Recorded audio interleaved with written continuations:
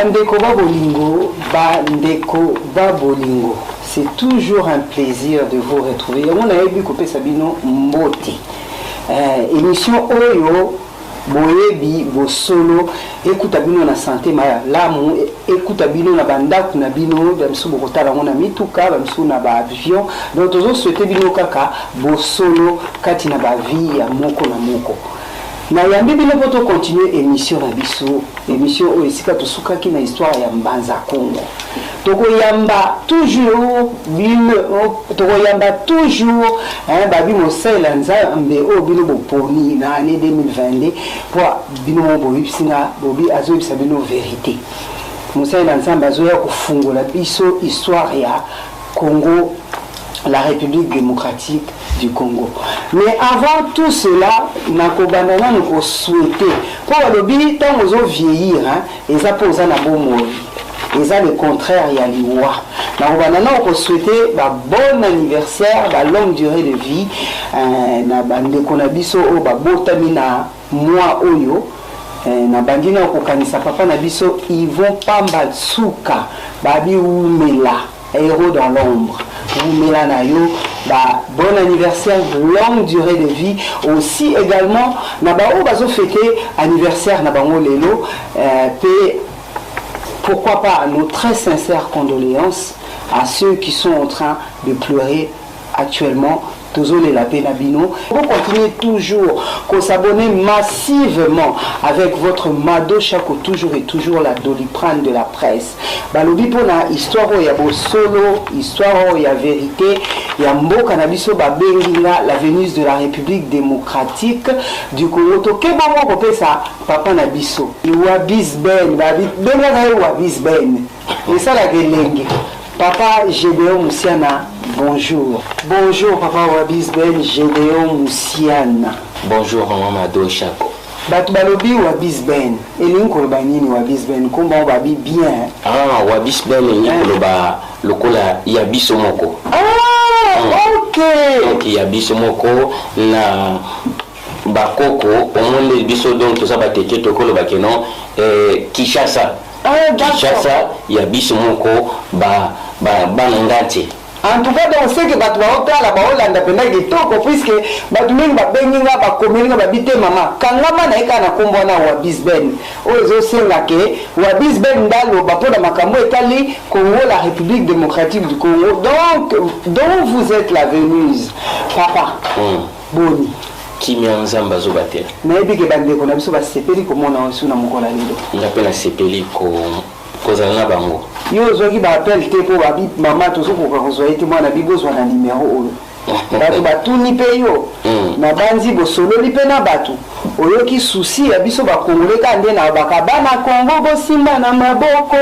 Congo elonga RDC do bana Congo batelemi batie matoi na kati ya histoire oyo batie matoi na kati ya émission babi bosolo boyebi bolimbisanga boyebi bosolo balobi makambu papa Wabis Ben azoloba a creuser lisusu tosukaki na capitale na biso Mbanza Congo bande ko bino mongo boyebi pe botalaki histoire boyaki bolobaki po pesinga ba idepe maloba ya kolobela papa na bino Wabis Ben Gédéon Moussiana tosukaki na makamba Mbanza Congo papa expliquez biso Mbanza Congo na Congo ezalaki nini Mbanza Congo ezalaki capitale capitale mais Mbanza Congo ezalaki première capitalité pour avant Mbanza Congo comme capitale il y a les 12 royaumes du Congo. Donc, Luango, d'abord, qui capitale politique. D'accord. Luango, est capitale politique. Gabon, est capitale spirituelle. C'est quoi le rôle de Mbanza Congo? Non, le rôle de Mbanza Congo est après savoir que non, les 12 rois au Bazalaki, la royaume Congo, puisque le royaume Congo, on est là, le royaume Congo, c'est le empire. Il y a 12 royaumes. Donc 12 royaumes, ils ont 4 mais ils ont le royaume Congo. Mais sur le royaume Congo, ceux qui connaissent ces actes, ou connaissent le royaume Moko. Mais maintenant, le rôle de Mbanza Congo, Mbanza Congo, c'est un rôle Moko Belé. Il faut que Mbanza Congo, Mbanza Congo, ils ont lumière d'Afrique. Or, Mbanza Congo, Mutabandi Mbanza Congo, ils ont troisième roi. Troisième roi, na Congo ya portugais bazobenga one premier. Mais vraiment na ezali Nzinga Kuvu. Nzinga Kuvu. Donc le roi Nzinga Kuvu yende mutu abandi yende mutu pena tongi Mbanza Congo na 1800 et na 1400 na 1460. C'est quoi ya zalaki non roi Nzinga Kuvu aza mwana ya roi Kuvu. Ozomona ya roi Kuvu, donc papa na yekomoni Kuvu. Ozomona Kuvu atino wana papa naye tangu papa na yakufi yende moto aye kozwa sikubo konzi. Or tangu papa na yazalaki roi, papa na ye ataki capital. D'accord.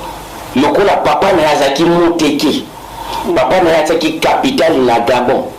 Donc on se base trop la capitale spirituelle. D'accord. Aux royaume à Gabon, royaume Ougui. Donc il est l'autre retrouvé quand même bana ya Nzinga Kuvu, bazati lelo na toba. Bon même bana ya Nzinga Kuvu ba se retrouva au monde sikoyo na Mbanza Congo ezalaki na deux groupes abatu. Ezalaki na bayaka ou ba portugais ba bengo les janga. Donc autrement c'est sûrement Bakongo. Au Bakongo tant que Bakongo ezana betini kebele. Mais ba bibenga maka Bakongo. Donc or mon Congo existe à côté. Mais maintenant il faut qu'on ait que non. Ndenge na expliquer wana kina Mbanza Congo tangu le roi Nzinga Kuvu ezala kola alongoli capitale na Luango. Luango eza sous capitalité et puis Gabon royaume Gabon ezala sous capitale spiritualité. Donc Mbanza Congo esangisi lokola capitale spirituelle na capitale économique. OK. À partir ya Mbanza Congo wana yango somo na keno première fois en Afrique. Première fois dans l'histoire d'Afrique que les Noirs africains babimisa ko eza monnaie na bango. D'accord, mais babitoyoki ke monnaie ngo esa na maka awa na. Non, biso, mais européen ba yeko kuta biso déjà tozanga na monnaie. Oui. Donc le premier homme la que le royaume moko bien organisé. Biso tozalaki na monnaie na biso. D'accord. Monnaie na biso zalaki ba papier té. Ndelinga na papier. Or biso tozalaki na monnaie ko banda ko benga ngo coquillage. Ba coquillage wana mona ka coquillage ba ndako ba mbembe bazoka mai ya pembe ya mike wana les petits coquillages wana na Congo na royaume Congo c'est là que babanda ko benga yango nzimu niko la ça l'argent nzimu or tanto ndaka yepe na sala nzimu donc sala nzimu ezalo kola ansala mbongo or mbongo bazobenga nzimu ezalaki d'abord coquillage. Le coquillage nde basirnomaki yango nzimu. Ozomona nzimu mbongo. Alors que non na histoire ya Bible donc baka roi Salomon et outi à partir ya Mbanza Congo. OK. One premier ndenge ba portugais basirnomaki Nzinga Kuvu puisque le premier africain aussi a été baptisé la prénom européen et ça roi Nzinga Kuvu par des portugais. Donc il a azaki bena na rôle Nzinga Kuvu a joué grand rôle en Afrique mobimba. Yango moni ndenge na préciser wana. Donc grâce ya roi Nzinga Kuvu nde ozomona keno makambo ebele évolution ebele Afrique esalama à partir ya ye. Et puis il faut yeba keno biso la royaume Congo Donc tozali les premiers africains oyo babane ko créer vêtements. Donc en Afrique mobima première donc biso en Afrique centrale biso ndi batu bana créer vêtements tozaki vraiment na bilama na biso to adamu barafia oyo batu mosusu be bazosala ba voyage à haute Égypte kuna yekaka auso barafia. Donc wana na mbanza Congo et puis na Afrique centrale mobimba biso batu liboso tozaki na monnaie. Or batu mosusu bazaki na système d'échange na peso yo peso. Donc biso na royaume Congo yango zo mona keno roi zalaki roi Nzinga Kuvu azaki tellement na mayele belé mais obuka mibeko mosusu abuka ki ba loi sacrée mosusu abuka ki wana ba portugais ba ye ba tromper ye ba baptiser ye baptisé ye aye kozwa kombo muta liboso kongola liboso azwa prénom européen les aye si papa na kati yo te po na boyi na bosa na bande ko ba bolingono landa papa bien olobi ye azali à vous entendre parler papa au PC bailo je vais bien roi Nzinga Kuvu roi boya sali makamalamu ye motabimisi monnaie ya liboso ezaki neti ba coquillage ba bengi Solomon Solomon Nzimbo Nzimo Solomon mais papa au souligner pe que ndenge abongisaki ndenge pe abebisaki abebisa ngona na ndenge nini bon abebisi par rapport à quoi puisque Mbanza Congo ezalaki terre sacrée terre sainteté Mbanza Congo ezalaki terre sacrée donc il a kati ya récit sacré ezaka esprit sacré ezaka esprit sainteté bozomona Mbanza Congo ezalaki terre sacrée avec des précisions ya tata Nzambe que non et puis il faut yeba que non ezalaki la 12 portes batongaki yango lokola na sous forme carré la 12 portes ya donc lokola clôture quoi clôture ya royaume ya banzete batu baza donc ba surveiller batelemaka na chaque porte. Mais papa pourquoi 12 13 était 12 13 était pourquoi puisque eza na 12 royaumes 12 royaumes Mbanza Congo ezalaki lokola capitale nde nango capitale ya 12 royaumes. Donc il y a 12 royaumes, mais maintenant il y a 12 royaumes, on a bâti la capitale. Or, avant le 12, avant wana, ils ont les 12 royaumes, royaume Luango, la carte il y a 12 royaumes, le royaume Luango, ils sont considérés comme royaume politique, donc capitale politique. Il y a les 12, mais il n'y a pas un compte à 12.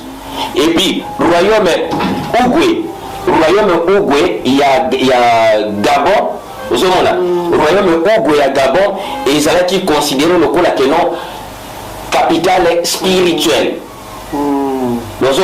Mais maintenant, il y a un gros après wana nimi aluke mutango aye kozwa bokonzi na 1380 après nimi aluke nous papa ya Nzinga Kuvu Nkuvu atinu aye kosala coup d'état et pas ya nini papa to kokoma nani mwana po moli papa ngape ozongisinga pena na kati ya bande de l'école po na komi pena très captivé par ça très ancré koyeba makambo tozoleka liboso ya bosolo boyebi donc bana eza émission bana na biso bakotala eza émission tozoloba vérité na kati ya table ronde babi mado chaque TV officiel balobi parole sacrée babi edino TV bilengi panza sangwa Congo do ya panza kana mayele to profiter pe to pensa le groupe de lions de la presse on a baptisé babi les lions famille mbote ebele groupe papa na biso sali pona osanisa iso biso balobi longonya edino TV papa avant to komana na ba papa nyimi 1380 to kokoma yango papa za précis expliquer biso nanu ndenge nini to koma kiti très bien na papa na tango na bien ça expliquer biso nanu ndenge nini histoire ya les 12 tribus et comment lelo royaume Congo papa maman Mado les 12 tribus n'ont jamais existé. Les 12 royaumes du Congo, les 12 tribus d'Israël. papa ça clairement moi malembe parce que au moins nga mo ko aux autres blenga pe moi moké po nga la yebi les 12 tribus mais yebi même la makamba Yesu baloba makamba les 12 tribus yo lobi que ça n'a jamais existé to koti papa bon olobi bien na makambo ya Yesu ndenge olobi wana baloba les 12 tribus kaka Yesu aloba jamais les 12 tribus aloba les 12 royaumes ozomona puisque bible ndenge eza wana il faut moto ayeba kointerpréter bible kotanga yango te kaka bu na compréhension moko littérature nde batanga baroman non bible esengaka il faut révélation ezala nzambe fa peso rima pour comprendre le sens exact ya eloko mais Bible est précédée sur la Deutéronome chapitre 29 verset 28. Ce qui est caché c'est réservé uniquement pour lui. Mais ce qui est révélé c'est révélé pour nous et nos enfants. Mais maintenant, tant on précise Makambo, il y a les 12 tribus, là les 12 royaumes. Or, sur le biton soit Matthieu chapitre 19 verset 27 à 30. Un jour, Pierre a tellement à l'obi naïboué. À l'obi que non, nous avons tout laissé. Nous avons tout laissé. Tout landio. Tout tiki, ma famille, na biso tout landio. Alors dis-nous. Donc, toko zoani na kolanda yo. Alors, c'est là qu'il est à Télémi. Le Seigneur a Télémi pour préciser que non. À l'obi, botiki nyons tout bolandi ngai. Mais sache-le, quand on a koya ko siéger, na bo continent ngai, vous qui avez tout laissé, beaucoup de femmes ont 12 trônes. Beaucoup de femmes ont 12 trônes. Alors, la prophétique, il faut ça la calcul. Puisque la Bible est ça, plus que mathématique. Quand vous avez la Bible va le biso tribu, mais le Seigneur va ça n'y changer place. Quand on parle de trône, on va royaume ou une empire. Vous avez quand vous avez la trône, puisqu'ils ont royauté. À préciser que non, beaucoup de femmes ont les 12 trônes pour gouverner les 12 tribus d'Israël. Or c'est faux. Beaucoup de femmes ont les 12 trônes pour gouverner les 12 royaumes du Congo. Vous comprenez ce que donc l'erreur c'est là. Bah, c'est trompé. Et puis, quand on a on a bien poussé les sous très loin. Apocalypse chapitre 4 verset 10. Ils ont précisé que non, Jean a emporté la naissance, il a trône grand trône blanc, mais tout autour du trône, il y avait les 24 trônes. Or, c'est faux. Tout autour.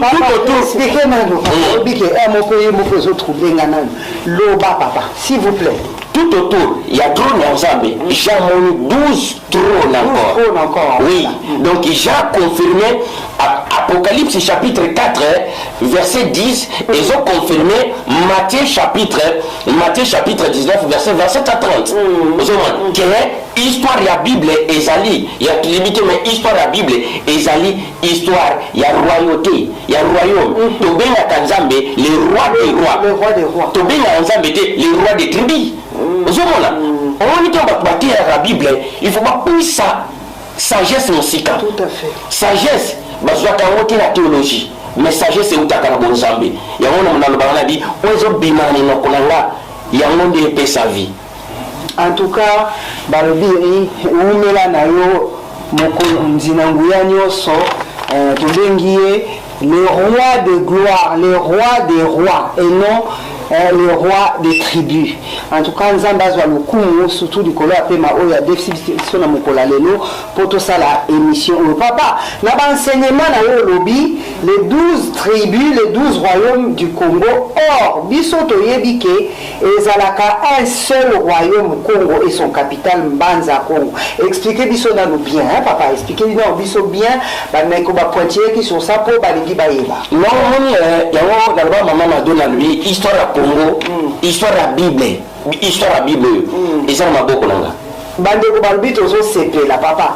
Donc na lobi hein papa tant yo zo loba. Donc mo pozo sous-estimer nzamba ngo. Pour ça lika ka yo mo côté, hein? Asali bana mibala bandibu akitoke na chinois, toke na ba indien, toke na ba congolais, toke na ba brazzavillois, toke surtout Afrique na biso to ba keza ya nzambe. Pour ba kinza mazaki noir. Afrique na biso mibali kombe obaza kwa yo.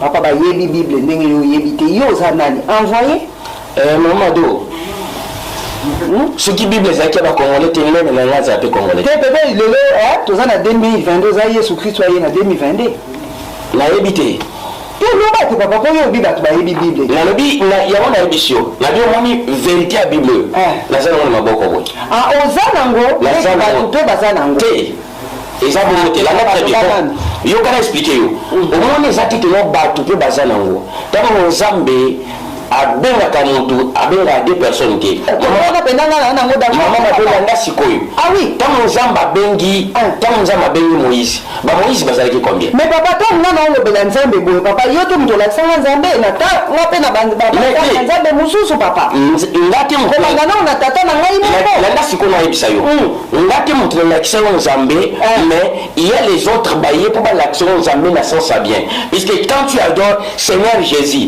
l'adoration là ozoloba o toyebi Jésus eza kombo na été son nom c'est souverain Seigneur ya quand les gens na ba église baza ko adorer au Saint-Esprit descend Saint-Esprit manifeste toi Saint-Esprit c'est quoi mais papa yo to mto yaki posa la publicité nzambe yo mo mta sala la publicité non na ba kombo non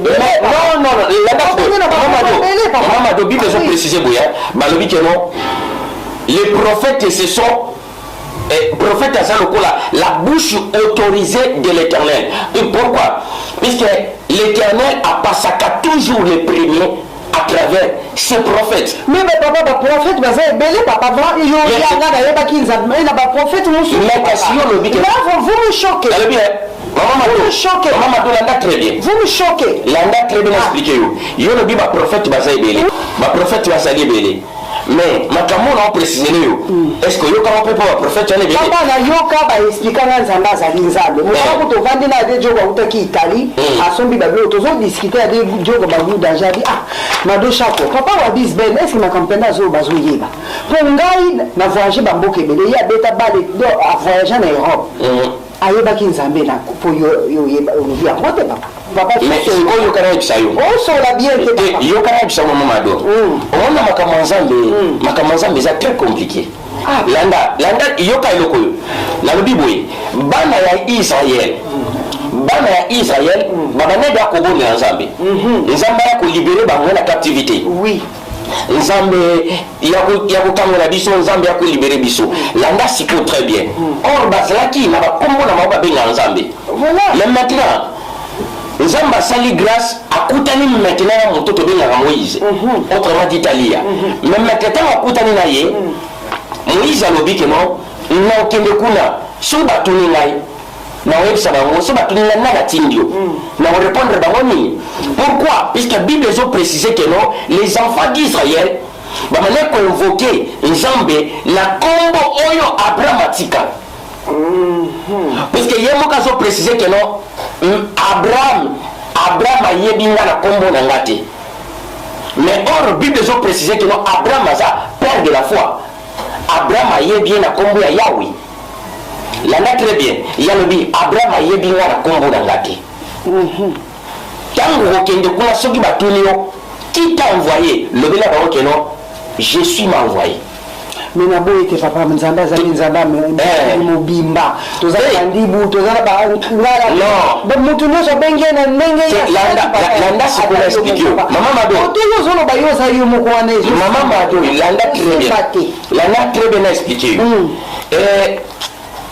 mokili mobima tozala bandibu tozala bachinois tozala banani mais ye bango nzamba bengaka bato nyonso te c'est pour cela ozomona keno abengi peuple moko boye attirer bango bakomi lokola mise à part ozomona melanda na peuple oyo abengi lokola azwi bango atie bango lokola mise à part à travers banation mosusu donc peuple wana komi lokola peuple moko sacré à travers le peuple wana asoulevaka toujours moko aza lokola na tête ya groupe oyo abengi oui mamado nazopesa explication eza na Bible landa nzambe abengi Abraham oui nzambe abengi Moïse ntango Moïse abimi na Égypte Myriam azalaki Oui. ozomona Aaron azalaki Tout à fait. alors soudain tout à coup ozomona ke non bando babime ye Moïse azopense nini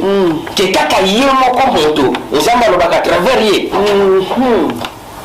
biso nyonso nde toza be toyebi nzambe biso nyonso to nzambe alobaka travers biso landa très bien mamado papa yo oza nani antukoyebi ke assurance wana oyo ozolobela ngai moko nde nayebi kongo ngai moko nde nayebi bible mutu moko aza te assurance wana papa ezowuta nanu wapi parce kokoloba nanga ezowuta pa souverain seigneur ya oyi te eza ndenge yo obengelaka ye mais nga mpe nabengalaki le maître de toute l'étendue de la terre le responsable de mon souffle de vie wayamba kobenga ye mokeli na nguya nyonso chinois kobenga ya tututawa tokei soki ndenge nini bon nayebi te soki ezalaka bongo mais eza ndenge nayoka bachino baloba na mwa langue na bango mais papa mutu na mutu baarabe bakobengi na bakombo banani babengi baala ye moko nde aza komisalela publicité papa laissez-moi vous dire que vous choquez les gens ozochoke mpena bato ntango ozolobaka yo moko yango papa tala caméra explike bato lobela bato bosolo mpe boyebi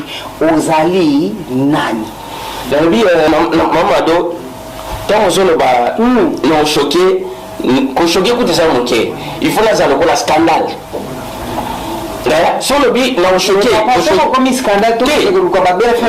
mais c'est ça le problème makambo nzambe ezalaka toujours scandale po jamais soki balobi na précise très bien soki nzambe abengi yo ntango yo ye un prophète soki ayeki mpo asala copie kola répété loko ezalaki na place il faut ya omema pensé en nzambe omema lumière yango ozomona biki no prophète aza porteur de lumière ozoya ozopesa sens on maintenant otunga question moko ya bien ndenge nini biso toyebi royaume Congo ezalaki uniquement kino royaume moko na capitale na mbanza Congo nga nalobi eza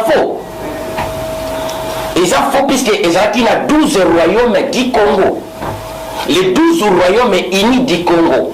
Peut-être c'est la première fois au Congo. Mais papa, il faut te penser papa na biso kokoba ya ba pasteur que tozo senga et na papa au secours ya no kibosa lata bovanda bino mbale na ni po yo ba makambo papa kokoba papa dit no TV bilio ngolobi papa s'il vous plaît o eza bo solo boyebi papa s'il vous plaît aidez-nous lobela biso na vérité ozana nini donc ça yo milimo na biso ko bikate oui papa te ozomona ndaki mutu nabikisa milimo mutu abikisaka milimo za nzambe lala très bien nzambe azopréciser na livre ya Ézéchiel apréciser na livre Ézéchiel abi un prophète son atindi yo oke koloba ABCD kende loba ABCD le reste ya milimo wana babika bakufa milimo eza yanga.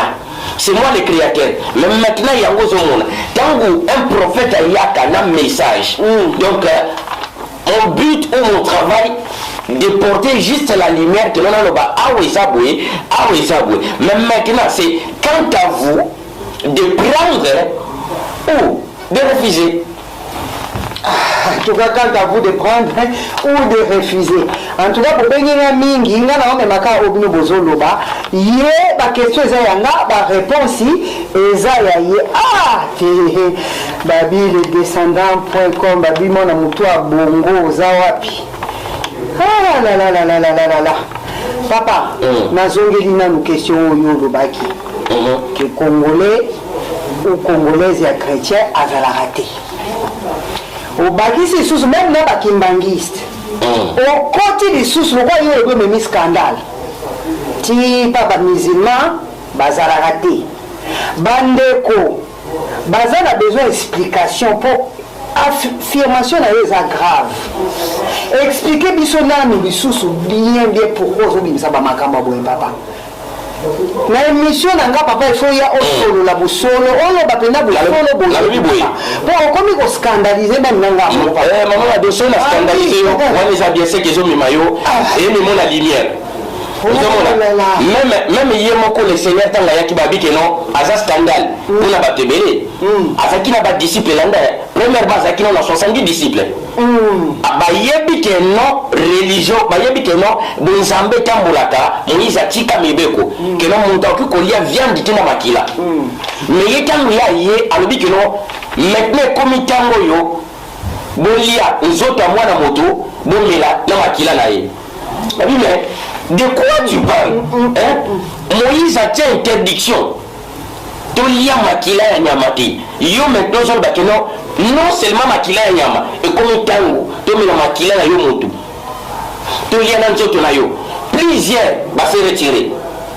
On comprend? Va se retirer mais ça c'est quoi ça? C'est scandale. Et comme bondoki, il y a mon avis que non makambo nzambe so scandale les artistes qui ont makambo nzambe te. Landa très bien. Mais maintenant c'est là que c'est là les 12 batikali. Les 12 batikali, le reste ma panzani bakei. Non, alungwana azanganga magicien, soloka, babenge na bakombo so Belzebul. Mais papa to dit que le so yo na yena bio ngana mela makila. Ngabu na sala ka bo papa ba mo na ngaba di no bizarre ma do chavo to se désabonner. Ah, mais c'est quoi ya mona so mamado.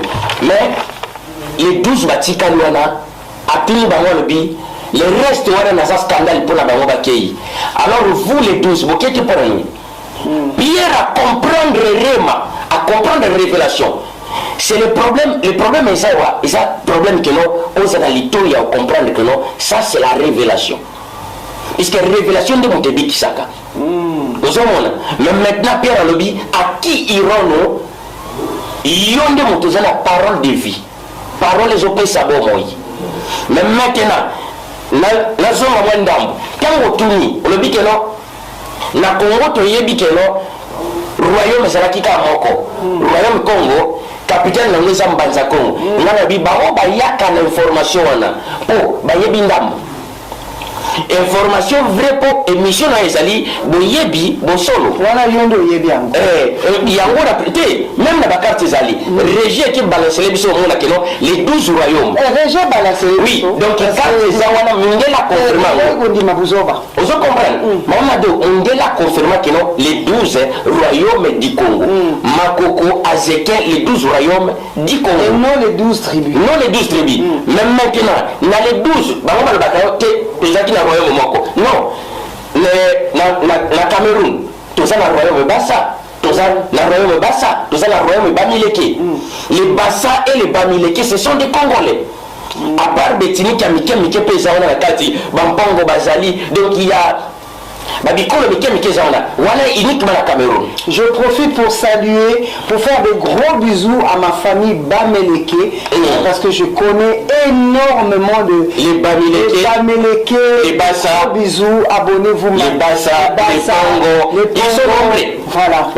Même maintenant, surtout Tiki Cameroun, de na Gabon, na Gabon tout ça qui na royaume Ougoué, la Bible est royaume Og.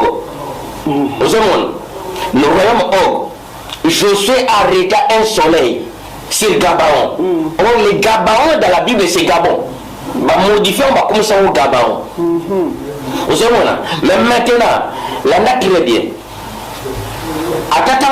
Josué, fils de Nim. Or, il y a une fleuve jusqu'aujourd'hui, si les Camerounais nous suivent, là-bas chez eux, au Cameroun, il y a une fleuve. Lac ou fleuve, si je ne me trompe pas, il y a une lac là-bas qui s'appelle Lac Nimi.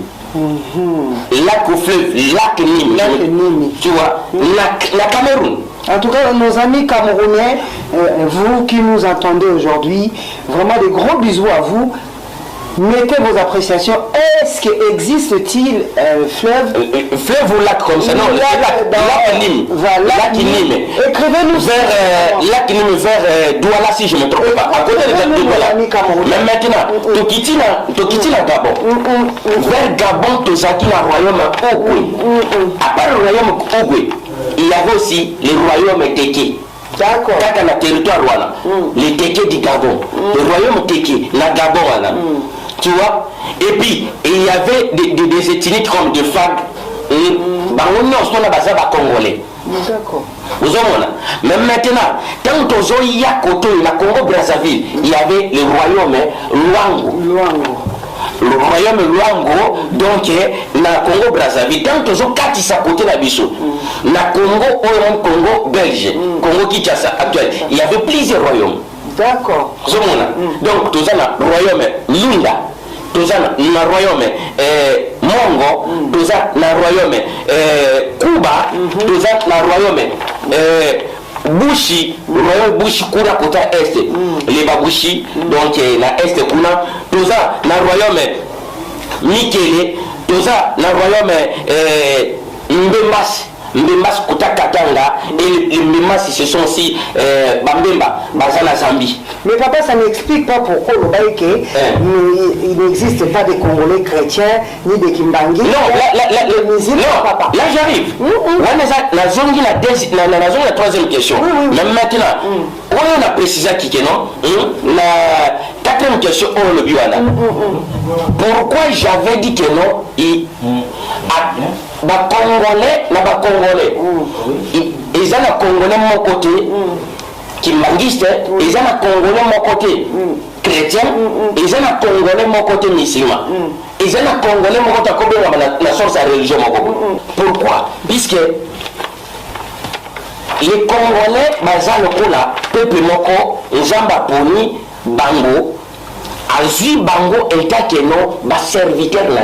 Mais papa, vous êtes conscient que c'est scandaleux quand même à Cambolo Bizaga. Mais ce c'est scandale. Babi tout ce qui est scandale est pour ta vie. Allons-y.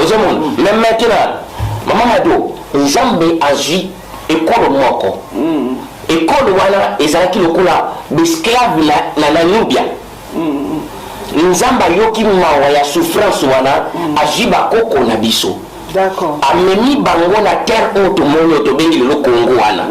Donc le Cameroun, Gabon, Congo Brazzaville, Congo Kinshasa, Nord Yangola et puis la Zambie. Atie bakoko na biso wana ndenge na presaki na mission lekaki.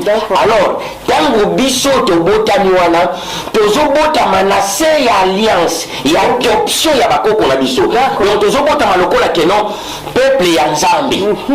Donc il a peuple ya Nzambe yokolo bateke non nga na za lisusu chrétien. Pour comment to lati za lokola kenon bazo benga lokola kenon mado chrétien. Mado ya Nzambe. Donc biso tamba bena bane Congo donc tout ça peuple moko acquis. Peuple moko mis à part. C'est pour ça que on a biso faut qu'on voit avec un grand. Donc et Congo na biso il faut qu'on avec un grata. Non c'est. Boka ya mwana meza Congo ya Nzambe. Yango mona kana jalousie wana. Yango ba binisa film ya King Kong. King Kong est parce que King Kong c'est un insulte qui va finir en Zambie. Donc Nzambe bolimbis. Oui. Nzambe nanga bolimbi. Donc King Kong va sur balikola que non. Les rois Gorim. Les rois des noirs. Les rois des noirs c'est un Gorim. Mais papa obi que babi wili kunda baya wili papa. Oui, quelque part confusion pézalika. Pour bailler, maintenant il y a colon, baboto libiso Nzambe na biso. Pour ba enviaki. Mais ndenge ba comme sur le niveau, ya komona ke Nzambe wazo sala ta ana babia za ba makambele to poto la batu mwindu. Mais ba comme na niveau au finga, et papa explique fona na biso. Non mais aux hommes Romains chapitre 1, verset 18 à 25. Apôtre Paul a précisé que non, une révélation à Nzambe. Il y a parole. Ils ont connu le divin, étant que les créateurs de l'univers, mais rendre gloire était étant que divin. Pour pas passer côté un film en gorille, mais que non, moi si peu moutou, à kokaki pour attendrir motema ya gorille. Autant il peut gorille donc bakanga qui est na cage. Donc les gens ba Nzambe na biso asolo lelo pour la biso ba kolone bakanga na cage ya moto mona ke sengote. Mais maintenant si ko yanda révélation. Parole o ya Nzambe et kangama lokola captif. Le Romains chapitre 1 verset 18 à 25. Apôtre Paul a précisé que non. OK. Vous comprenez? Romains chapitre 1, nous avons précisé pour vérifier. Romains chapitre 1, verset 18 à 25. Apôtre Paul a précisé que non, ils ont connu les divins, mais ils ne leur ont point rendu gloire en tant que divin. Mais qu'est-ce qu'ils ont fait? Ils ont maintenu la vérité captive. Donc, maintenir la vérité, on a cache n'est précisé. Déformer yango la gloire ya batu, les gloires des hommes. Bakombo ya Nzambe bango ba placer maintenant bakombo na bango. Nzambe na biso pe azaka riche en bonté. Vraiment Nzambe na biso papa riche en bonté. Pour nous bakangi nous bazо représenter enfermé dans la cage pendant tout donc ça dit beaucoup. Et le bien belé de la même manière bakanga parole les enfermés. Modifier pour Daniel a précisé qu'en Daniel chapitre 8 verset 10 à 12 a précisé que non, la vérité c'est la vérité a foulé au pied. Alors le mensonge est qu'on soit fixé, mensonge est qu'on soit placé et qu'on soit fixé. Même les disciples savaient que non, la parole les a falsifié. Apôtre Paul a précisé dans le livre Galates chapitre 1 à partir du verset 5 jusqu'à 8. A précisé dans Galates, il dit que non, nana sorcellerie bino, nana loki bino, pour détourner si promptement l'évangile. Nani aloki bino pour baluka. Donc vous pouvez ça mon l'évangile avec. Si vous papa nana wa loka biso papa yebisa nano. Toza na bosolo boyebi. Landa, nous avons Jean précisé le que non, la parole fait chair. Il est venu vers ses siennes et les siennes ne l'ont pas reçu. En tant que Nzambe.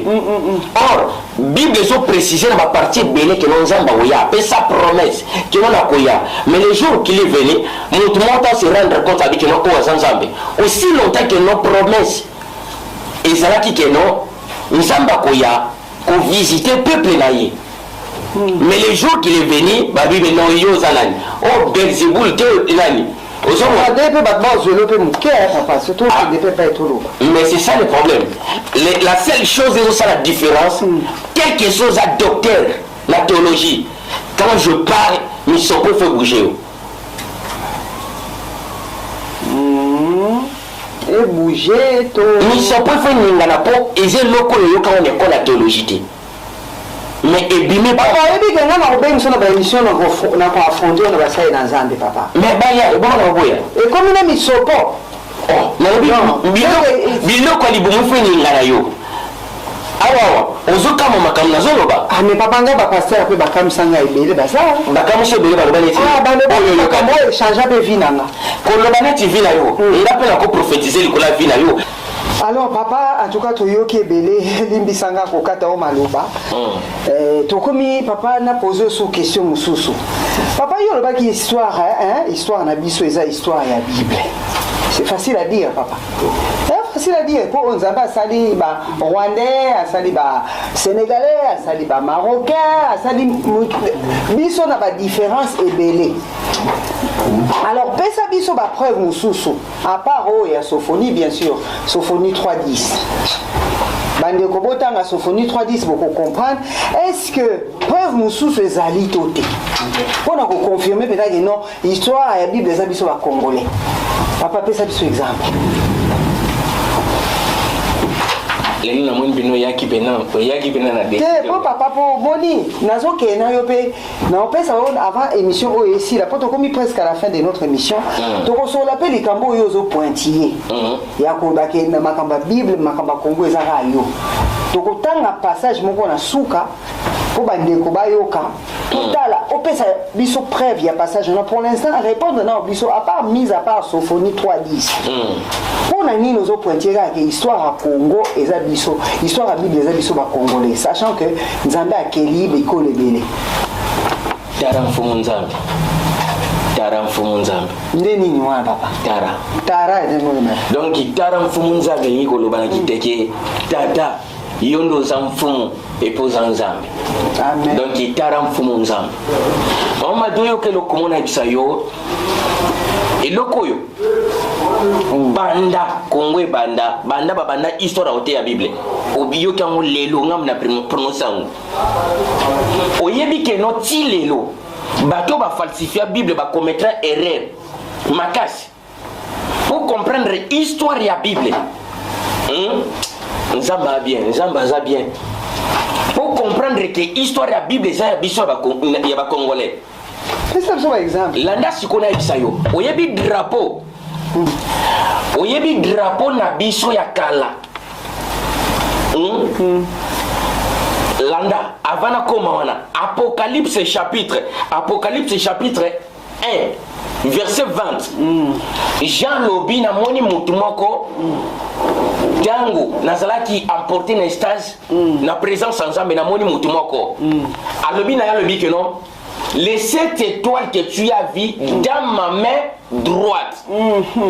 Les 7 étoiles que tu as vues dans ma main droite, ce sont les anges de cette église.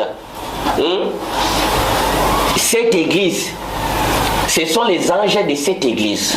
Les 7 étoiles que tu as vues dans ma main droite. Avant Nimi Lualukenu, na Congo, tozalaki déjà côté le misa drapeau. Bendele ya Congo. Avant 1340. Voilà, tozalaki déjà na drapeau. Alors, drapeau ya Luango. Luango zalaki capitale politique ya royaume Congo mobimba. Drapeau nango omona ezana loboko ya droite.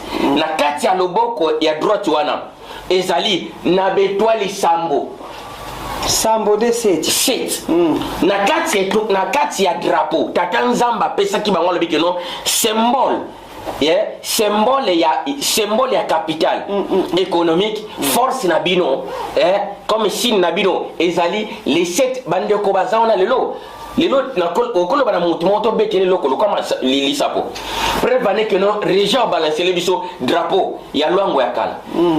Drapeau ya Luango ya kala yango wana Apocalypse chapitre 1 verset 20. Eza coïncidence ita ezande balobi rema ese loko mususu ozomona rema nzamba sala grâce na oya lingi soit yoki mawapesi yo puisque loko nazo préciser oyo nano même bandeko bana na biso bayoka ngote siko papa olobi bien merci beaucoup ndeko merci ndenge bozola d'abord continuer ko partager olobi bien que nzamba pesa ka grâce na moto ya lingi est-ce que nzamba zala la grâce moko papa na rosenga yo ngai pe si je peux me le permettre avec tous les respects que je peux vous devoir na o devoir pe na bandeko bazola na biso bien sûr so kotangi la biso Ephésiens 4 et 11. Ephésiens 4 et 11 eza papa na ngai balobi mansiale papa na nga mansiale matumona TV to pesi mbote ye mutu alobi otangela nanu biso Ephésiens 4 et 11 oyo balobi par rapport à makambo yo zoloba est-ce que nzamba zaka na grâce moko ye azana ngo ya kokaba to nini papa to kotanga na Ephésiens 4 yo mutu azana ngo na Bible papa please non Ephésiens 4 papa Ephésiens 4 et 11. Ephésiens 4 et 11. Il les a donnés les uns comme prophètes. Mais papa bon. Ouais, non, nangana di lobelo ngomba moko. Papa loba kasi to vérifier pe loba. Il les a donnés les uns comme prophètes, les autres comme pasteurs, les autres comme évangélique, les autres comme présentatrices de télévision, les autres à la Makambotali Nzambe pour batubaye babalobi Madosha ko TV officiel babi parole sacrée Panza Sangwa Congo et dit nos TV bilingue à Panza Rapé Maïli. Ephésiens 4 11. Et comme il a donné les uns comme apôtres, les autres comme prophètes, les autres comme évangélistes et d'autres comme pasteur et docteur. Amen. Yesu azanzambe. Balobi le souverain Seigneur ya azanzambe papa. Yo lobi awa. To comprendre na biso. Ezape le kumu na biso que tozala ba ponami. Que congolais ko benga ma chrétien te pas déjà. Donc to benga ma chrétien te o musulman o kimbangiste po toza déjà. To comprendre ngo eza fierté na biso. Apocalypse zo la na carte oyo papa edi no balancer le biso que to Bible eza ya biso. To ndimi pesa fierté na biso. Na nga boya ka lokumu. Na nga ko boya ko zala mwana nzambe. Pour battre ce moment tard baza bana nzambe yo za mwana nzambe biso to bana nzambe. Mais on part du principe que nzambe na biso azakaka na grâce morote ya kopesa batu po bilima batu ebika. Soka pesi connaissance oyo ezala ba misusu apesi bango za ba évangéliste, ezala ba misusu apesi bango za ba yembi, ezala ba misusu apesi bango même présentatrice à télévision ale kata na émission moko alo ba nzambe za na bomo papa. Donc ezali choquant et grave, et scandaleux de votre part. Oya ko confirmer que makambo nyonso etali bonzambe quand bien même etali biso bible eza ya biso oyo bake oza le seul ponama papa avant bande konanga batelema basala nzambe batelema même moi-même je suis pas content na lobité que non naza le seul na ponama mais na lobi naza le seul à porter révélation. Oui mais il y a d'autres qui portent d'autres révélations. Non maman m'a dit yoka na lobi boy. Oui. Éphésiens on peut sur Éphésiens 4 hein 11 ils ont précisé que non il a voilà. Appelé les uns à Bengi. Oui. Les uns, groupe moko pour na apôtre, groupe moko pour na prophète, voilà. Groupe moko. Mais sache-le maintenant, il faut que ndengeni bonzambe tambulaka. Zomona, bonzambe tambulaka ndengeni. D'abord, prophète azalokola moto aza sinzili. Sinzili eza lokola surveillant lokola mir. Donc il y a azozwa ainsi dit l'Éternel azo transmettre na kati kuna et pas ya peuple. Alors les pasteurs baza lokola babateli des conseillers. En d'autres sens les pasteurs ce sont des conseillers. Mais quand tu vois que non un pasteur s'est levé pour dire que non les autres tozo enseigner enseignement prophétique et ça domaine na yeti. Mais papa, prophète, non, il y a des prophètes, il y a des prophètes majeurs et puis il y a des prophètes mineurs. Papa, on a côté ce qu'on a le poteau expliqué dans le biseau. Et ça n'a pas prophète. Et ça n'a pas prophète Yamiki. Cause la prophète Yamiki, ce n'est pas veut dire que non, je suis supérieur à lui, mais non. Cause la prophète majeur, cela veut dire que non, nous avons révélation moko boy na temps exact à transmettre Madoshako. Or Madoshako aza lokola chantre to présentatrice. Hier il y avait mission ba présentatrice bazali. Mais Nzambe azui rema wana puisque révélation ba pesa na deke. Révélation ba pesa na moto moko. Kumba charge oyoyo. C'est pour cela que Moïse azui charge abi charge ya révélation lekeli ngai. Il faut bâtir l'angaï. Au pesanga batu poto partager na bango charge oyo. C'est pour cela que nous avons batala ki oui charge à révélation yo. Révélation ya loi et lesquels Moïse a aussi pourtant ngote yemoko.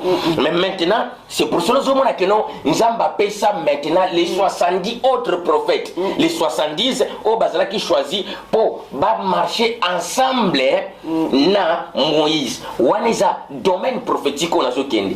Alors tant le Seigneur a y d'accord. En tant que prophète majeur puisque le Seigneur aussi il était considéré comme prophète. Le souverain Seigneur il y a au Bangba Bengaka Jésus qui considéré comme prophète. Ben oui, c'est lui le prophète des prophètes en ce moment. Non, ce n'est pas prophète des prophètes, mais il était considéré comme une prophète majeure. Or, sache-le que non, Moïse aussi, il était considéré comme un prophète majeur. Non que Bakokani, mais ça selon mystère la parole Kokisama. Même voir même Jean comprendre qui il était. Alors lui maintenant, Olingana Yepanayo. Alors toi tu viens vers moi. Or, puisque Jean comprend que non, je suis plus petit que celui-ci qui est devant moi. Mais papa, nous avons Moïse dans Zambéna dans Zamouké. Moïse mineur, nous avons le Bible. Moïse a mineur. Pour Zambé, il y a un moment où précisé. Moïse Azali, dans la ligne prophétique, Moïse Azali, le prophète majeur. Tous les restes prophètes.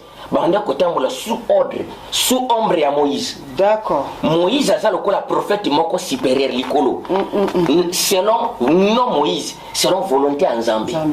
Mais na kenwana ezala ki pena ba prophète. Les autres Jérémie, Banani, ce sont des prophètes. Comme Moïse, mais bazotambola na sous ombre à Moïse. Tout à fait. Mais maintenant quand le souverain Seigneur y a aillé, en tant que grand prophète, pourquoi grand prophète par rapport à quoi? Puisque parole est en la place. Ce qui est, il faut, au même ma parole, mon sous, où ezali, différent na où ezali en place. Ozomona, mais mettez. La parole, ou une efficacité dans et kolongola te mais papa yo ndengo zolobela ba o ba leka ki baza inefficace. Non. Maman Mado, Landa, Maman Mado Landa. Landa très bien. Le Seigneur quand il est venu a précisé, hein? Batubaye babi mais c'est que yo yé kolongola. Loi nyos ta Moïse. Alors non, na yé kolongola même pas un poussière ya loi, mais na yé po na kokisa yango, na pesa yango sens. Donc cela veut dire, oye ezala ki wana, ezala ki na sens te. C'est pour cela mon a quand même la Bible zo ko préciser le biso que non apôtre pour les autres préciser la loi de Moïse n'était pas capable pour ramener l'homme à la perfection. Or bateau bazala ki na tawana bango l'année papa, mais s'il vous plaît, il est le même hier, aujourd'hui, éternellement. Donc, on part du principe que même en 2022, il est le même. Papa, avant yo, Basel Anzambe exista, patriarche, papa Abraham, oh, basenga qui est comme sacrifice, le Seigneur en 2022, Congo, papa. Non, Congo, donc. On peut pas nier. Donc nous avons l'accomplissement parce que ils ne sont pas sous-estimés, papa. Non. Lana Mamado. Au moins il y a un sous-estimé mon touté. Mais maintenant qu'est-ce qui se passe? Tant on a bengaka, maintenant il faut y bander côté la ligne na yo. Otambola na ligne na yo. Oui. Pour bousculer l'autre été. Mais maintenant, on a na ligne nangai, nazo bousculer mon touté, mais nazo loba uniquement vérité. Or, je sais que non, makambo non loba. Même matin ennemi on se plaint en côté. Écoutez-moi très bien. Les dons, nous avons besoin de dons. Oh, il y a partage à cas. Parmi ba oyaye, mais sachez-les, chacun a ses dons. Là, c'est une autre chose. Mais là, on parle de la révélation. La révélation est à l'école monter au Simba. Restauration ya milimo abatu. Alors milimo mais boya pe la restauration comme bonga papa. Pour tous obeta Congo to bandaka milimo soloka milimo milimo esprit de peur milimo. Donc tous les jours c'est la même chose papa. Bosenga tanzambi wazali patron na bino après ça bino solution pour que le Congo kende liboso papa. Maman Mado, yo kana biso hein. Vous parlez du Congo. Puisque il y a un temps on a le Congo papa j'ai des mais il y a des paroles prophétiques au Batika pour le Congo. Papa yebisa biso on papa mais mabso na banini lobela programme bala boko nalbi atana lobeli bino poser la kawana pourquoi pas bo s'intéresser kanango kimbango précisa boy alobi que non Kimbango précisa qu'il il faut avoir une autre évangile et il faut avoir une autre indépendance. Indépendance spirituelle. Indépendance spirituelle, on a précisé qu'il continuer. Peuple congolais continue à lire la Bible. Pour Kimbango Tika religion qui mangue c'était. Kimbango Tika devoir moko. À travers ces écrits, beaucoup discerner, c'est là que beaucoup kangamouibi. Il faut que le voleur soit saisi avec l'objet qu'il avait volé. Le jour que tu vas aller méditer la prophétie de Kimbangu, alors retourne vers moi pour aux explications. Alors c'est là qu'on comprend qui je suis. Pour Kimbangu yebi ngai. Ah papa yebi pebi so pour alba. Kimbangu yebi yote. Papa. Papa tu vas discuter. Papa en tout cas quand on a venu beti ma beti porte à libérer. Kimbangu yebi bangai professeur pesa ki pe ponanga papa nazana mikila poto. Ah oui, alors ok mingi bako kene mikila poto bako ye ko la balada. Groupe na groupe na ngape na zali papa. Kimbangu yebi nga kitoko. Papa to kei, papa to continuer pour ngana ko mema yoti po bande ko balobi. Papa royaume Congo bandi na roi nini. Tolobi yango a obandi na début à émission. Loi Lukeni, Loi Lukemi ou Lukeni. Nimi Loi Lukeni. Nimi Loi Lukemi. Na 1380. Alors, avant Wana Tozala Kiki Wapi. Pour le premier roi, c'est Nimi Noalukemi. Maman Mado. Obeti ba histoire ale roi Zingakuvu. Ndo roi liboso. Mais awa biso to yebi roi liboso eza nimi. Papa expliquer dans biso na le biboye. Osomona tamba lo ba. Omone ti oyo. Sopena bi memela ngo mutu mususu garder ba question na yo o mema benga mutu mususu to connaisseur ayebi. A obeta munoko. Royaume Congo tamba zolo ba keno Royaume Congo e bandi na nimi ulalukeni te. Et bandi na roi Zingakuvu. Et bandi pe na roi Zingakuvu. Mais papa yo moko lobi na debi ke bandi. Non, papa. Yo kana lobi boye. Na lobi Mbanza Congo. Le fondateur de Mbanza Congo, c'est Nzinga Kuvu. Ou ba surnommé One. Mais or tango bazolo bakeno Congo diantotila. Congo diantotila eza mystère eza na kati ya Bible. Histoire eza na livre ya Samuel. Les 12 rois ya Congo basangani ensemble baye komona mutoto bengi na kombo ya Munsaku précisément na Mayombe baye komona omonta tanga loba makambo yo mama de tanga loba makambo yo eza na Bible mais tanga na loba ngo na omona événement boye tanga baye komona ye balobi que non tozana besoin opona na kati na biso 12 moko azala lokola supérieur ya baninga mususu. Alors c'est là que or et loko ne c'est pas ça qui Nzambe a placé qui système na royaume Congo tozalaki na les 70 nganga ngango e banganga lande loko na fungoliza makasi mingi na ko ba bolingo bolanda na royaume Congo et bana ko tambola na système tozalaki na 12 rois. Les 12 rois wana tata Nzamba zo benga bango na kombo ya ba prince puisque c'est lui le roi des rois. Alors ils sont considérés devant et comme des princes. Ozomona lokola bana na ye na ba koko na ye. Ozomona système. Donc système ya famille. D'accord. Les sacrés du Congo. Donc royaume Congo bandaki ko vivre lokola famille. D'accord. Ozomona. Donc awawa tozali na papa oyelandi tozali na bana ya papa o tozobenga ba papa et puis ba wana baza ba koko. Ozomona. Jean zo précisant na 1 Jean mes petits enfants. Ozomona petits enfants. Donc lokola bakoko Jean vu révélation Nzamba zo benga bana alobi mes petits enfants bakoko na ngai. Donc par rapport à mystère oyo même maintenant landa nimi lui alukeno tangu bango les 12 wana baye komona Musaku ye wana ba surnommé Samuel na kata Bible baye komona Musaku balobi ne pona na biso 12 chamoko aza lokola leader. Alors Musaku bibo kende na obenga bino na convoquer bino po bogoya na tout na Nzambe po Musaku azali lokola nganga Nzambe. Or na royaume Congo mobimba il y avait 70 nganga Nzambe o ba partager ki bango na kati ba royaume. Papa ngo banga faut apprécier papa ko. Na lobi nganga Nzambe. Nganga Nzambe ngolo ba pasteur. Nganga Nzambe za pasteur. Basali Nzambe. Non. Eza ngango basala ba. Nganga Nzambe zali landa bien. Papa expliquez pourtant ngolo ba nganga Nzambe o tana nganga na Nzambe on sait jamais. Maman Madolanda c'est très bien. Awa on a similoko ya nganga. Nganga. Nzambe mutabinisa kombwana ya nganga. Pourquoi? Nganga eza prophète. Nganga Nzambe pourquoi?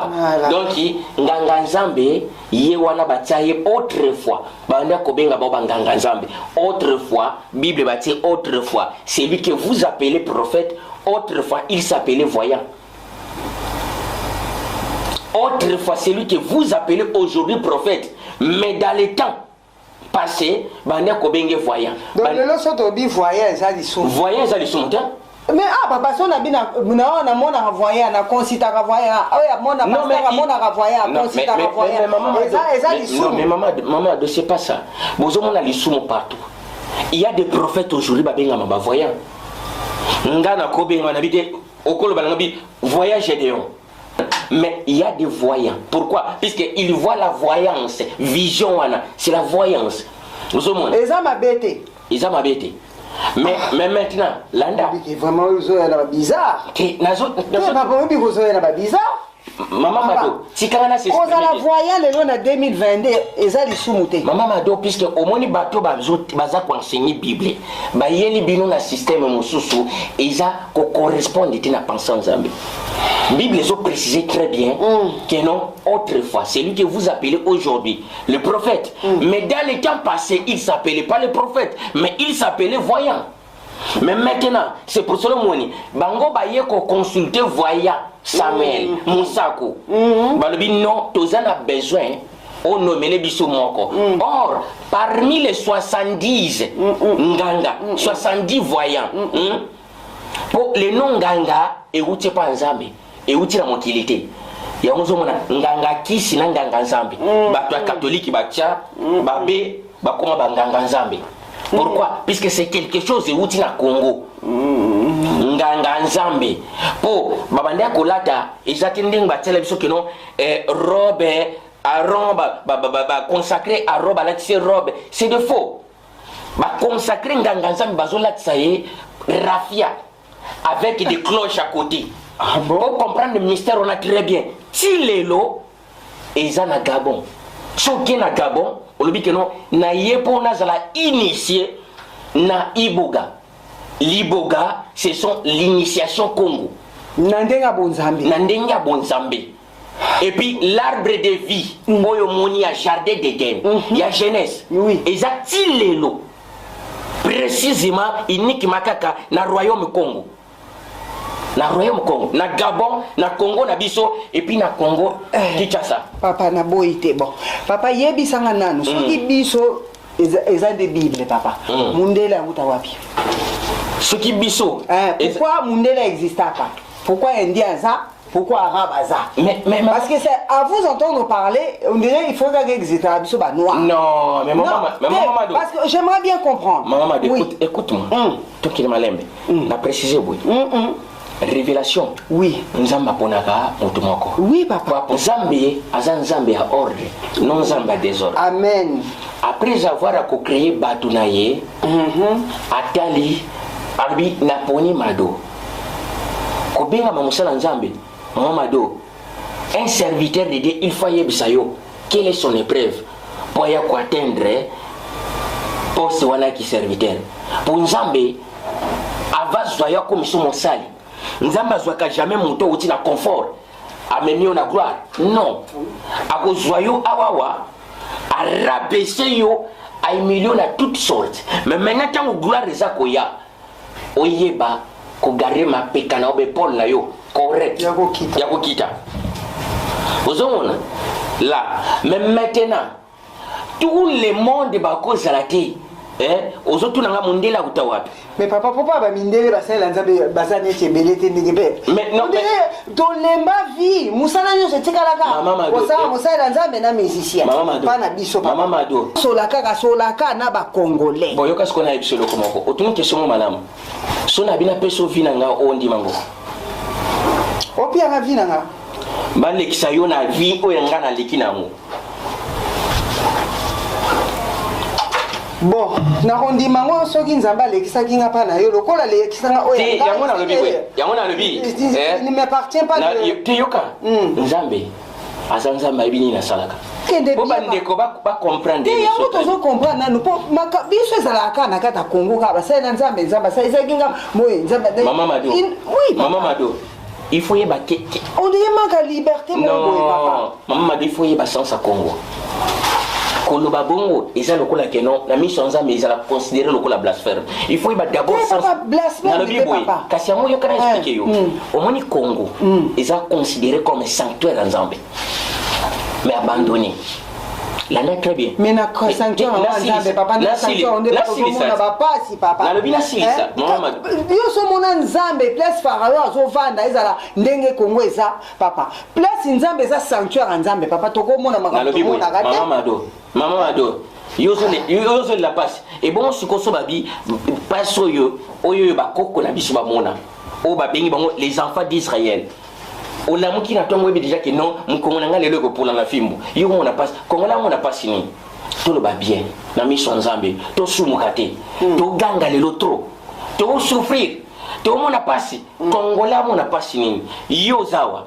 tala ndengo za mwasi kitoko otepa tepa mais boganga na miso nzambe biso tozo souffrir tozo mona passe mais bien sûr bandeko na biso na este bazo kufa ezo sala biso passe mais il faut qu'on yeba côté la grandeur ensemble et tant que Congo je dis bien et tant que Congo est le sanctuaire ensemble monter ya univers mobimba monde entier mobimba ils ont fonctionné à cause ya Congo. Mais pourquoi dans Congo tout le monde n'a pas papa? Mais aux autres quand on a fini ça. Papa, il faut se faire. Dans le bien oui, maman m'a dit. Tous abana nzambe. Les autres papa pour makabozo loba, on comprend rien. Mais maman m'a dit ba tu bazo landa ba comprendre très bien. Les peuples congolais aussi longtemps. Là, c'est la vérité annoncée. Est-ce que vous acceptez moi? Mais vous voulez un changement. Moto a lingi changement. Congo a lokola moto a maladie. L'année lycée Congo a lokola moto a maladie.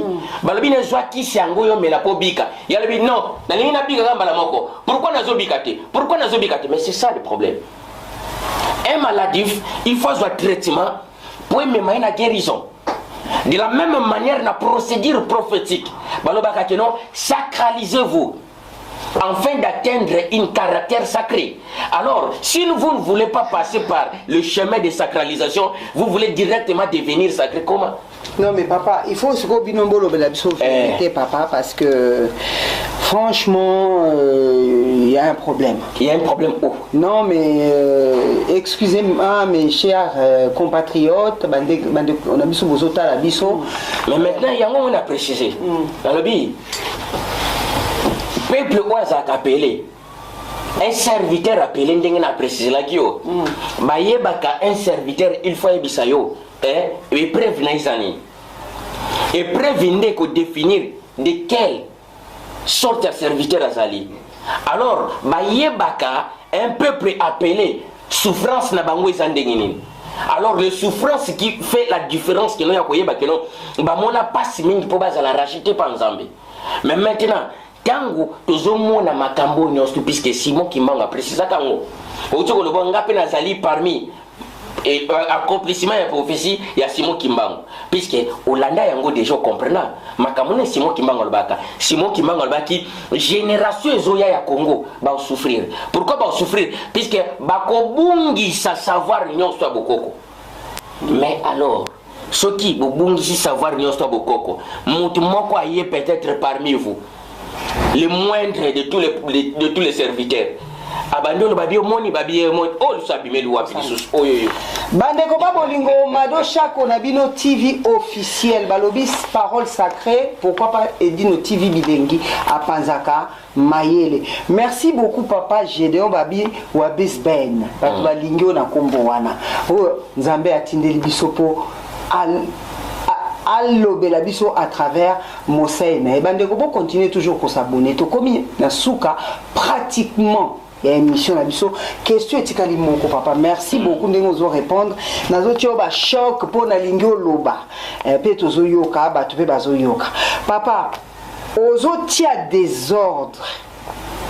On tia désordre te na kati ya histoire na biso. Toyebi ke royaume Congo capitale Banza Congo. Oui, mais yo oye na capitale Luango. Expliquez biso nan les deux capitales Luango et Banza Congo. Non. Question na biso ya suka yango wana. Ngana ina capitale Luango te. Luango ezali capitale ya liboso o bakoko tango. Bafandi bakaboli terre wana ya Congo. Mais maintenant Nzambe na volonté ya Nzambe atie capitale politique c'est Luango avec les symboles bibliques. Apocalypse chapitre 1 verset 20. Drapeau na bino il faut botia symbole il y a le boko ya mobali main droite main droite oyo na kati ya main droite wana avec 7 étoiles ndenge za wana donc eze loko moko mbala liboso yo kango bande ko pe ba Hollanda mbala liboso ba yoka yango na sorgete po eza yang ewuti na ngate moto apesi ngape na pesi ngana osala karol na ngai pona futa mamukula suka nazana donc le moindre de tout. Papa kuta na ndeni. Mais voilà c'est que il faut tout ça l'émission mususu tunanga na kutana ndeni comment ça l'émission mususu ozomona mais maman mato tangu bakoko bafandi nzamba poni capital politique Luango oeza ko se retrouver le na Congo Brazzaville Luango lokola capitale politique alors capitale spirituelle na Gabon donc il centre ya spiritualité or tilelo soko ngola nda trace ya initiation Congo initiation monaka initiation babinga nzila ya Congo donc initiation Congo yango kula babenga ngolo kula babenga ngo Bwiti na Gabon Bwiti lingo ba initiation Congo de kuna bango babenga ngo Bwiti donc lokola keno initiation moko ya Nzambe et puis les Gabonais jusqu'aujourd'hui basambelaka Nzambe ya Congo les Gabonais ba priya bongo Nzambe ya Congo zwa nkembo zwa lokum les Gabonais prient Nzambe ya Congo jusqu'aujourd'hui donc papa biso le quoi tout le monde a passé ça pour te prier c'est quoi comment on a ce différence les Gabonais prient Nzambe ya Congo pour Gabon ils a bien les oui. Gabon mais maintenant nous biso kuna so kekaka kimbango azanzambe Jésus azanzambe tatunalo azanzambe babinisa bisona batatu kodi abantatu nani bangoto bakoma banzambe abonné partager papa wa bisben tozoyoka yo yango mona préciser wana mbanza Congo yena sima mbanza Congo eza fondé na 1460 moto aza fondateur ya mbanza Congo eza Nimi Lwa Lukeno te or Nimi Lwa Lukeno ye azalaki na mopanzi ya Brazzaville kuna ozomona Nimi azalaki na mopanzi ya Brazzaville na moi place azalaki ville ngoza mwa mukebwe na bosani kombo nango donc wana bazobenga Congo Diantotila aza congolais mais na mopanzi ya Brazzaville et puis Nimi Lwa Lukeno akufa bakunda ye tilelo je ne sais pas ce qui même de Brazzaville bayebaka bakunda ye précisément na place où nazo préciser za kilo kola village na ye na montagne moko montagne babenga Mo Kindoki eza na Brazzaville Mo Kindoki bakundela ye wana na mwana na ye osomona donc oui wana zaka bakombo bapesaka donc Nimi Lwa Lukeno akundama wana mais maintenant yango zomona na préciser le premier capital ezalaki Luango mbanza Congo eye kozala créé après sache-le encore na tangwana na 1490 tango ba portugais bakiti na Congo oyebi komboni banda benga biso to loba kaka papa les portugais bazo mondele azobenga biso alobi les saints du sauveur Congo les saints du sauveur Congo San Salvador del Congo les saints exacti le sobo beti so komika San Salvador du Congo bimisolo mbanza Congo faut ba ifasa ngote tikala mais na kende susu musika kende papa Jean-Paul II le pape Jean-Paul II ou azaki assassiné Jean-Paul II et utaki wapi à cause ya voyage nae a insisté kabi avanga na kufa il faut nani ata place wana mbanza Congo pourquoi puisque ça terre moko ya histoire ya Bible donc ça balobi nae babi ko tiamba kolokuna te asali voyage na Congo retour na ye yango soki atanta o ba beta ke ba mais pourquoi mais puisque ba yebi ke non ya ke kuna akola musa soupçon ya ba noir d'accord bakolo mec akiye ko sala nini donc souci na ye ezalaki il faut na nyata place wana il faut na mona première église ya royaume Congo mais le lot comment vont rêver plutôt au Israël mais Israël dans au moins on a vu ce qu'on a tout ça na bande des ignorants batu baza sous ignorance ya on bakindaka Israël mais alors ce qui to lobité moi puis batu bala muka Exacté. Pour ma cambo nazo préciser, na préciser léo, na préciser qui ne Michel et kaki. Na pesa que preuve. Il y a Sophonie chapitre 3 verset 10. Les loyers les sous singles sous bon sous. Na pesa les sous. Yango wana na lobi Apocalypse chapitre 1 verset 20. Apocalypse chapitre 1 verset 20 ezo ko isabiso mbala moko na capitale Luango. Au moni drapeau longo bi me makamni no. C'est étonnant. Yango na ba que non quand je parle biloko ali bomo il faut bouger. On a zobi misama kamboyo et outi l'école la théologie. Et ça ben si dit Tatanzambi. En tout cas, merci Bandeko. Comprenez que Eza Moussa Lanzambe Babengi na kombo Wabis Ben. Binonde Bosengi Kezalaka Nengwa Babi Gédéon Moussiana. Merci beaucoup papa. Merci énormément d'avoir été patient surtout. Merci. D'avoir répondu clairement à nos questions. Merci pour la bino Obolandi Bieso avec attention. Bon comme ma question quand les beau comment. Bobo sanate ko benga na pesa kipe bino numéro ya papa na bino wa bisben. Bandeko ba bolingo. Ozana likambu to contradiction leka na émission na babi bo solo boyebi.